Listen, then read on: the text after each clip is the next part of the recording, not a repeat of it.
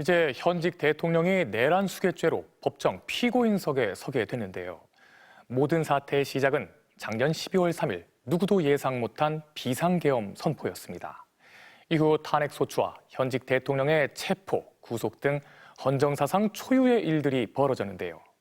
비상계엄부터 오늘 기소까지 54일의 기록을 김민형 기자가 정리했습니다.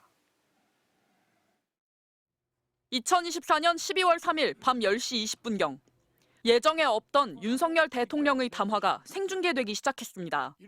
전쟁도 비상사태도 아닌데 돌연 비상계엄을 선포했습니다. 망국의 원흉, 반국가 세력을 반드시 척결하겠습니다. 포고령이 발령됐습니다. 정치 활동은 물론 언론과 집회, 헌법상 기본권을 통제한다는 겁니다. 경찰은 국회문을 가로막았고 계엄군은 헬기를 타고 국회에 진입했습니다. 국회의원이 국회에 못 들어가니 말이 돼? 의전 서열 2위 국회의장은 담을 넘었습니다. 가까스로 의원들 190명이 모여 계엄 해제 요구를 제기했고 헌법대로 계엄이 해제되며 하룻밤 폭풍이 나라를 휩쓸었습니다. 그리고 후폭풍이 시작됐습니다. 윤 대통령은 국회 탓, 야당 탓을 하며 계엄이 정당하다고 주장했습니다. 질서 유지를 위해 소수의 병력을 잠시 투입한 것이 폭동이란 말입니까? 국회는 탄핵소추를 추진하고 나섰지만 대통령을 배출한 여당은 이를 막아섰습니다. 국민의 대표들이 손을 쓰지 못하자 국민들이 거리로 나서 어둠을 밝혔습니다.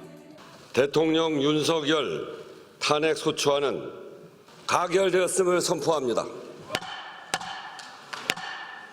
싹 다 잡아들여라, 의원들을 끌어내라, 계엄의 밤에 대해 입이 열리기 시작했습니다. 예비역 장군 무속인이 롯데리아에서 계엄을 기획했다.